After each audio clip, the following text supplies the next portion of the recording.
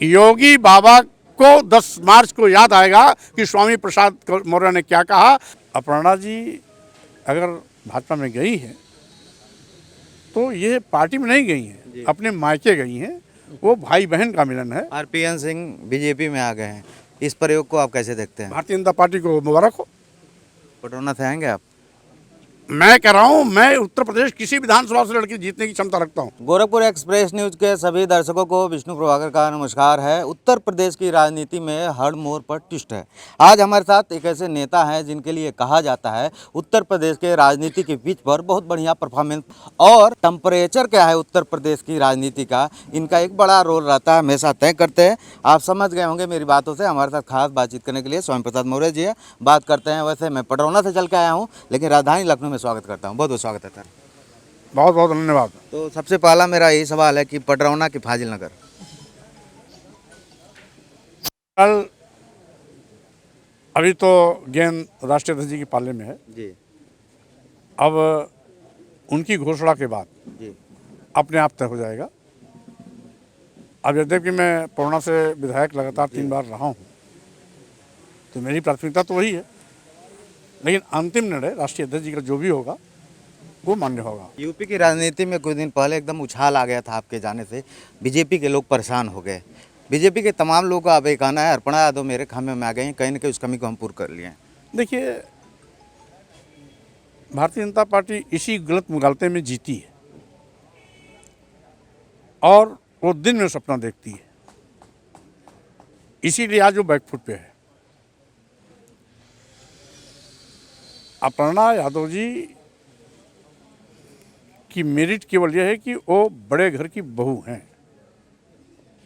वो कोई नेता नहीं है, उनका कोई जनाधार नहीं है, वो कभी विधायक सांसद नहीं रही हैं। एक आध बार लड़ा, जनता ने नकार दिया था। और जहाँ तक रही बात भाजपा में शामिल होने की, तो कोई किसी राजनीतिक पार्टी में जाए वो उसका पार्टी का निजी मामला है, उस पर हम टिप्पणी नहीं करते हैं। लेकिन कुल मिलाकर के अपर्णा जी अगर भाजपा में गई हैं तो ये पार्टी में नहीं गई हैं, अपने मायके गई हैं। वो भाई बहन का मिलन है। बिष्ट समाज से योगी जी हैं और बिष्ट समाज की बेटी अपर्णा जी हैं, तो ये भाई बहन का मिलन है। और ससुराल से केवल मायके गई हैं।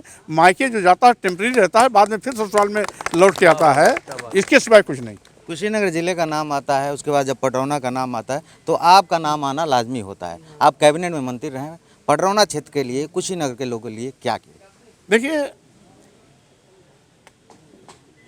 जब मैं शुरुआती दौर में पटरौना को कार्यक्षेत्र के रूप में बनाया तो बड़ी बदहाल हालत थी पटरौना की। सड़कों में 1-1, 2-2 फीट गड्ढा होता था। 18 किलोमीटर 20 किलोमीटर की दूरी 1-1 घंटे 1.5 घंटे में तय होती थी। आज वहाँ पर लंबी चौड़ी खास चमचमाती सड़कें हैं। साथ ही साथ गांव गली कूचे तक जहाँ कभी ईंट का खड़ंजा नहीं लगा था वहाँ डामरीकरण रोडें हैं। और साथ ही साथ किसी भी कोने में जाइए, हर जगह आपको डामरीकरण रोडों से जाने का अवसर मिलेगा। अच्छी सड़कें मिलेंगी, गांव-गांव में इंटरलॉकिंग मिलेगी। बड़े पैमाने पर सभी गांवों को विद्युतीकरण मिलेगा। तमाम ऐसे गांव जो छूते रह गए थे, विधायक निधि से मैंने सैकड़ों गाँव को विद्युतीकरण भी कराया। इसके साथ ही साथ वहाँ पर पॉलिटेक्निक मैंने दिया, ITI दिया, आश्रम पद्धति विद्यालय दिया, कई आपके क्या नाम कस्तूरबा विद्यालय दिया। और साथ ही साथ वहाँ पर सैकड़ों विद्यालयों को मैंने अपने विधायक निधि से पोषित किया। बड़े पैमाने पर इंटर कॉलेज, डिग्री कॉलेज को बढ़ावा दे करके मैंने अपने विधायक निधि से पोषित करके उसको बढ़ाया। तमाम ऐसे मदरसे जो छप्पर में चलते थे, मदरसों को भी पोषित किया, कॉलेजों को पोषित किया। हमारी शिक्षा की प्राथमिकता रही है। शिक्षा के क्षेत्र में बड़े पैमाने पर मैंने काम किया है। अभी आपके मेडिकल कॉलेज का भी शुभारम्भ कराया। साथ ही साथ ये हम लोगों का दबाव था उस समय इंटरनेशनल एयरपोर्ट, जबकि मुख्यमंत्री जी उसको गोरखपुर ले जाना चाहते थे, दबाव बना करके उसको कुशीनगर में बनवाने का काम किया। और बड़े पैमाने पर जो भी आवश्यकताएं रही हैं, मैं अपने 3 बार के विधायक कार्यकाल में या मंत्रित्व काल में उसको बखूबी सजाने का काम किया है। और जो मेरा सपना था कि जो बिहार की सीमा से सटा हुआ पौरना विधानसभा पूरे उत्तर प्रदेश में विकास के नक्शे पर सबसे पीछे था, उसको आज सबसे आगे लाने का प्रयास किया है। और वही कारण है कि आज बड़े पैमाने पर पौरना विधानसभा विकास से आच्छादित है। आपके लिए कहा जाता है कि आप कार्यकर्ताओं की हमेशा मदद करते हैं, लेकिन आपके तमाम कार्यकर्ता चिंतित इस बात को लेकर हैं कि बेटी भाजपा में है और आप सपा में हैं। देखिए, राजनीतिक फैसला मैंने लिया। सरकार में मंत्री मैं था, मंत्री पद से मैंने इस्तीफा दिया। योगी सरकार ने क्या क्या पाप किया उसका मैंने उल्लेख कर दिया कि जो अनुसूचित जाति, जनजाति और पिछड़े वर्गों का भारतीय संविधान द्वारा दिए गए आरक्षण व्यवस्था को अजगर की तरह निकलने का पाप किया। आरक्षित जगहों पर खुल्लम खुल्ला सामान्य वर्ग के लोगों की भर्ती करना शुरू कर दिया। यहाँ तक कि बिना किसी एडवर्टीजमेंट, बिना किसी विज्ञापन के एक वर्ग विशेष, जाति विशेष के लोगों को सभी मेडिकल कॉलेजों में professor, reader, associate professor, assistant professor, प्रवक्ता के रूप में भरने का काम किया। मैं समय समय पर इसका विरोध करता रहा, नहीं माने तो आज जब नया जनादेश की बारी आई तो हमने कहा चलो मैदान में मैं आपका हिसाब किताब करता हूँ। और मैं संकल्प लेके आया हूँ कि भारतीय जनता पार्टी ने जो पाप किया है इनको ऐसी पटकनी देंगे, ऐसी पटकनी देंगे कि कभी भी जो दलितों और पिछड़ों के साथ अन्याय किया है, सपने में भी इनके साथ अन्याय करने की इनकी हिम्मत नहीं आएगी। और सत्ता से बाहर करने का हमने जो संकल्प किया है वो करके दिखाएंगे। समाजवादी पार्टी सरकार बनाएंगे, पूरे प्रदेश के लोगों का सम्मान ऊंचा करेंगे। यह किसान जो सालों साल धरने पर बैठा रहा, खुले आसमान के नीचे सोने के लिए मजबूर हुआ, मोदी जी का दिल नहीं पसीजा, किसान बिल वापस नहीं हुआ, चुनाव की आहट आई, जनाधार खिसकने का डर हुआ, जल्दी जल्दी में बिना किसानों से बात किए किसान बिल भी वापस हो गया। इसका मतलब है भारतीय जनता पार्टी वोट की सौदागर है, वोट के लिए कुछ भी कुकर्म और पाप कर सकती है। जैसा कि इन्होंने आरक्षण का बंटाधार किया, भारतीय संविधान के साथ मजाक किया। जिन दलितों और पिछड़ों ने इनकी सरकार बनाई थी उनको भी नहीं बख्शा, उनका भी हक निकल गए। और यही नहीं, सबसे बड़ी चीज, आज किसान इनकी सरकार में धोखा का शिकार हुआ, दलित और पिछड़ों का हक मारा गया। जो बेरोजगार नौजवान है, अभी अभी 2 दिन पहले इलाहाबाद में, पूरे प्रदेश में लाठियां चली, लेकिन इलाहाबाद में तो इलाहाबाद यूनिवर्सिटी के हॉस्टल का गेट तोड़वा करके जिस तरीके से बेरहमी से छात्रों की पिटाई हुई, क्या छात्र उसमें किसी एक वर्ग विशेष के हैं क्या? उसमें फॉरवर्ड भी हैं, बैकवर्ड भी हैं, मुस्लिम भी हैं, हिंदू भी हैं, शेड्यूल कास्ट के भी हैं। हॉस्टल में सब बच्चे रहते हैं, किसी को नहीं बख्शा, सबको मारा पीटा। तो ये है जन विरोधी सरकार है। इसकी नीतियां उत्तर प्रदेश को हमेशा शोषण का शिकार बना करके उत्तर प्रदेश को कमजोर करने का काम कर रही हैं। और साथ ही साथ जो मुख्यमंत्री होता है वो सबका होता है, लेकिन यहाँ तो मुख्यमंत्री एक बिरादरी विशेष के हो गए, एक जात विशेष के हो गए, एक वर्ग विशेष के हो गए, और सारे के सारे लोग को अपना दुश्मन मान करके उनके हितों के खिलाफ काम करना शुरू कर दिया। तो स्वाभाविक रूप से स्वामी प्रसाद मौर्य की करीब 42 साल का संघर्ष का राजनीतिक दौर रहा है। जब भी दलितों और पिछड़ों के हक पर किसी ने कुठाराघात करने का काम किया है, मैं पहाड़ की तरह खड़ा हो गया हूं।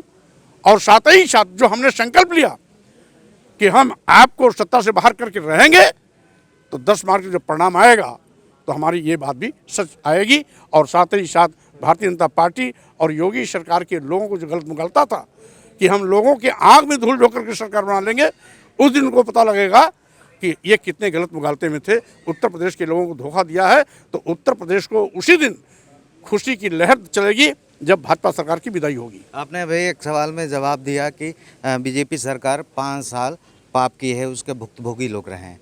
5 साल के कार्यकाल में आप भी कैबिनेट मंत्री हैं, क्या आप भी मानते हैं इस पापी के भागीदार आप भी? अगर मैं कैबिनेट में नहीं होता तो इनके पाप का खुलासा कैसे करता? हम तो जान ही नहीं पाते कि क्या करते हैं। 5 साल बाद आज जब इनके 5 साल का जनादेश होता है, जनता के जनादेश का 5 साल का मैंने अक्षरशः पालन किया। नए जनादेश की बारी आई, लोकतांत्रिक व्यवस्था में हर 5 साल में सरकारें बनती और बिगड़ती हैं। हमने उत्तर प्रदेश के लोगों को सावधान किया कि 5 साल में रह करके सरकार ने क्या किया। कहते हैं सबका साथ सबका विकास, इन्होंने सबका विनाश करने का काम किया। और एक तरफ नारा देते हैं 80 और 20 का, 80 और 20 का नारा देते हैं। मैं पूछना चाहता हूँ भारतीय जनता पार्टी के लोगों से, क्या 25% अनुसूचित जात जनजाति के लोग हिंदू नहीं है? क्या 54% पिछड़े वर्ग के लोग हिंदू नहीं हैं? अगर ये 80-82% लोग हिंदू हैं तो इनके आरक्षण को आपने अजगर की तरह निगला क्यों?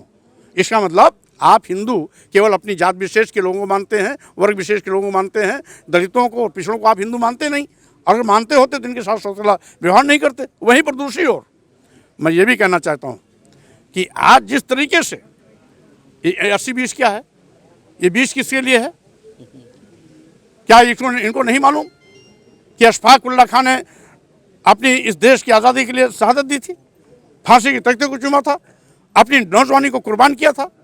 अशफाक उल्ला खान क्या ये समझते थे कि मेरे बच्चों के साथ सौतेला व्यवहार किया जाएगा? उनकी शहादत को ये मजाक उड़ाना चाहते हैं? क्या वीर अब्दुल हमीद कि वो दिन भूल गए जब पाकिस्तान के दर्जनों टैंकों को 1 मिनट में चुटकी बजाते हुए ध्वस्त किया था और अपनी की शहादत दी थी? उनकी औलादों को ये देश निकाला करना चाहते हैं। भारतीय जनता पार्टी की नीति देश को बंटवारे की ओर ले जा रही है। ये देश के दुश्मन है, देश के देशद्रोही है, इसलिए इनसे सावधान रहने की आवश्यकता है। आरपीएन सिंह बीजेपी में आ गए हैं, इस प्रयोग को आप कैसे देखते हैं? भारतीय जनता पार्टी को मुबारक हो। पटौना से आएंगे आप? मैं कह रहा हूँ, मैं उत्तर प्रदेश किसी विधानसभा से लड़के जीतने की क्षमता रखता हूँ। एक चीज़, दूसरी चीज़, पटौना हमारी विधानसभा है, वो मेरी प्राथमिकता है। रिश्ता हमारा एक बार बनता है और वो जिंदगी चलता है। जो भी आज नहीं, 80 मैंने राजनीति की शुरुआत की थी, 80 में जो हमारे साथी रहे वो आज भी मेरे साथ में हैं। इसलिए हम एक बार अगर हाथ मिलाते हैं तो वो हाथ ब्रह्मा की लीक हो जाती, कभी मिटती नहीं है। पटौना के लोगों का हमारा घर और परिवार का रिश्ता है। अखिलेश यादव से क्या बात हुई है? क्या स्वामी प्रसाद मौर्य डिप्टी सीएम बनकर आएंगे जब सरकार आएगी?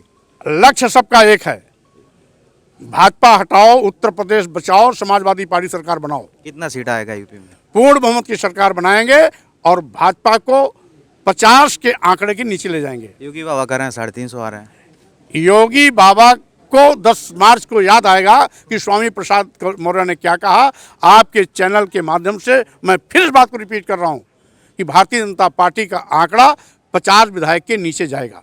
आपने हमें समय दिया, बहुत बहुत धन्यवाद। तो हमारे साथ खास बातचीत करने के लिए पटरौना के मौजूदा विधायक और पूर्व कैबिनेट मंत्री स्वामी प्रसाद मौर्य जी थे। अब 10 तारीख के बाद यह पता चलेगा। हिंदी फिल्मों में एक गाना है, आ देखे जरा किसमें कितना है दम। जनता तय करेगी कि किसके सर पे ताज होगा और कौन यूपी का सरताज होगा।